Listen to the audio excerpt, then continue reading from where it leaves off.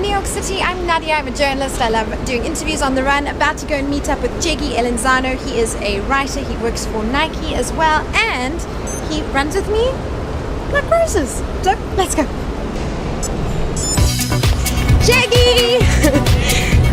Ready to go for a run? Yeah, let's go running. This is Long Island City, Yeah. and I understand you trained here a lot. You do train here a lot. Yeah. Well, now that I live here in this neighborhood, what I found that I really like about it is a lot of kind of varied, different distance spaces for like longer tempos, intervals. Vernon Boulevard is incredible for like going out really long. And the views! And the views are inspiring. Although, Oh my gosh. as you know, and the way that we run and we train, we don't really get an opportunity to really take it in sometimes. Yeah. We're just trying to like survive. Too busy concentrating, right? But yeah, just having all this. So even for like an early AM easy run, especially in the summer, and sometimes even in the winter, Yeah. when you get that really powerful sunlight, like it's pretty epic, pretty special, emotional content and all that. UN, Empire State.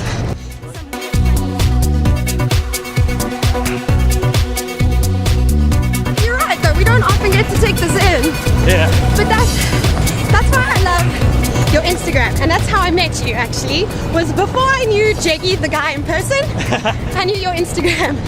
Pavo Zatopek, which Pavo for the Zatopek. longest time, I never knew what that was. Till I read an article about Emil Patovek, Yeah. and then I gathered that you put them together. Yes. So the idea behind that was originally, I used to be part of this running team called Rundum Crew Yes, in London, shout out to Tony. in London, and so I used to, I got, I guess, exposed, like a lot of us maybe, really got into the social media aspect of urban running, which is, a very important component of the whole thing, like, Yeah. that's the way that this movement is kind of spread and growing so rapidly, is social media. And I was like, all right, I'll get one. But I've always kind of approached these things with a lot of trepidation. Yeah. And so I was like, well, here's what I'm gonna do. I'm gonna create the most difficult name I can create so that no one can find me, because I'm just kind of selfish and I kind of want to post photos for myself, which ultimately didn't really work out too well. I was like, Because we found you. but so I was like, let me combine two of my favorite distance runners, which are Pavo Nurmi and Emil Zatopek, and that's how I got that obnoxiously long and awkward name. But you also write some really great captions. Yeah. Do you think about them while you're running? I mean, obviously you think about your relationship to running a lot. Well, I come from a journalism background, like. Holla! Yeah. So I used to do a lot of editorial work, and I think anyone that's a writer or a journalist can attest, like, you just kind of get moments that kind of stick in your head, and you have to get pretty good at that, just kind of capturing moments. Yeah. And then like extrapolating it into a story or an idea that you can kind of relate to whatever is the main concern in your life at the moment, Yeah. And so I will, to answer your question, I'll like get it on a run, maybe sitting on the train, or even having a conversation like we are right now, Yeah. And when I got into like Jack Kerouac in college, I just started getting into just vomiting words on paper or on notepad. And so that's exactly what I kind of do. I just kind of vomit words, and then hopefully diction and syntax line up and I sound kind of informed. It's one of the things I really love about running with you, because you think about it and it's not just maths, although you are keen on the numbers. You like looking at your progress through numbers. Oh yeah. Well, I used to also race cars. I was going to say, your Facebook profile says that you studied motorsport engineering. Yeah, so I went to London kind of more on the motivation for adventure. Okay. And I just kind of went there to go build race cars, and I ended up driving more because I enjoyed that more, obviously, than sitting at a computer and running through programs. So I just kind of worked on cars for a little over a year, and drove them as fast as I could. But coming from that, the thing that matters to me most are numbers, you know? Yeah. So, like, everything is based on lap time, how much lap time can you take? And so no matter how much I try to create a more like holistic relationship to running, I always kind of get caught up in the numbers, you know? And that's the part I kind of want to work on, is like finding that balance between, inevitably I'm going to love metrics. Yeah. I've just recently finally joined Strava and I'm really addicted to it now.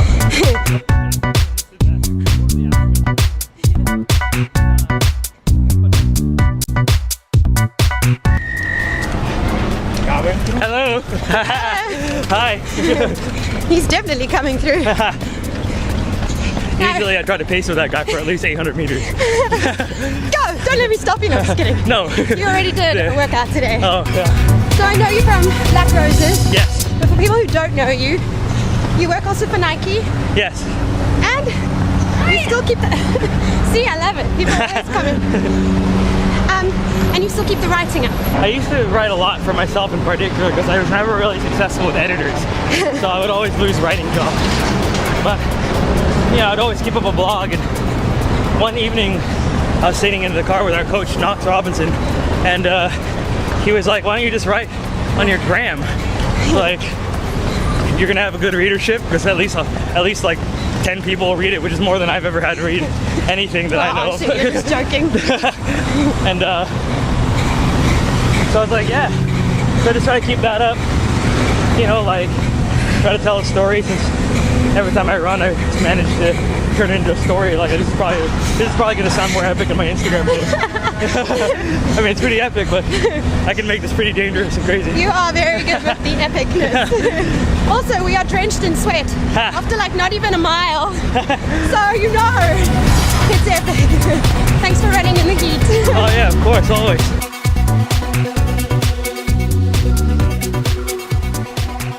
I had a run here with another friend of ours, Brendan Cohen, and that was one of the few times where I was actually able, because he's really fast, and he's a soccer player, so I think that helps. A soccer player, and I'm a genuine athlete. Like, you know, every one of us are athletes, but I feel like he's like capital A athlete. Yeah.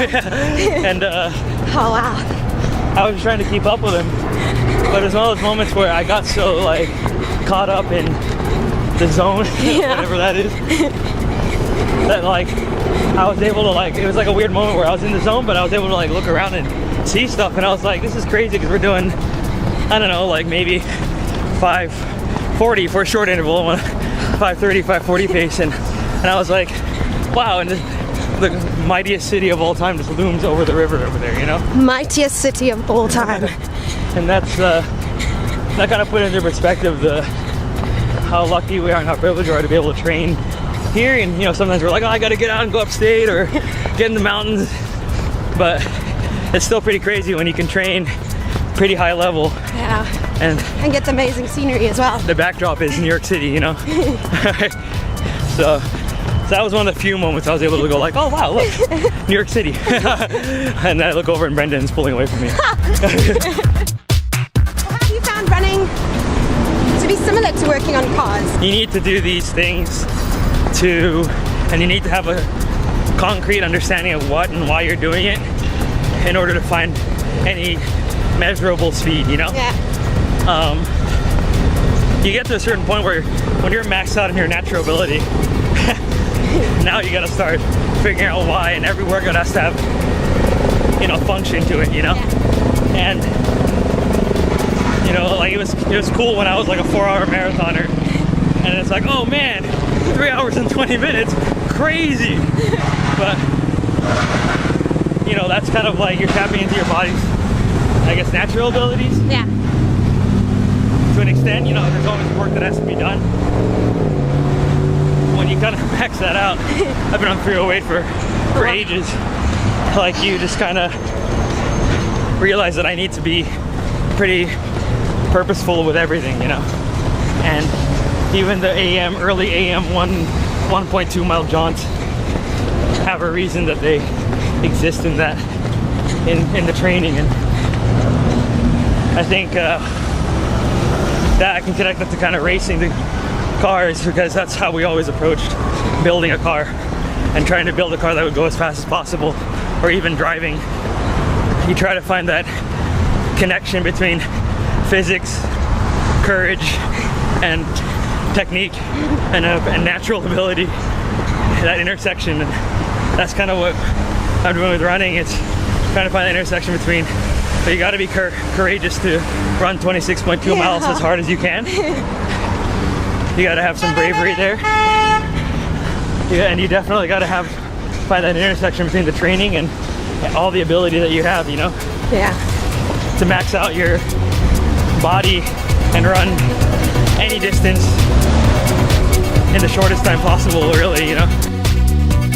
And you love coming here, right? Oh yeah, Dunkin' Donuts is the old favorite. This is a mid 20 miler stop. 10 miles, I get a Boston cream. I feel like it's a now stop as well. And a water. What is your favorite thing to do after a run? Sit down and stare into the middle distance Amen. for 20 minutes to 45 minutes. And then I'll finally get up and get like a protein bar and some water and Gatorade 50-50. Awesome. And then after that, a cold brew coffee.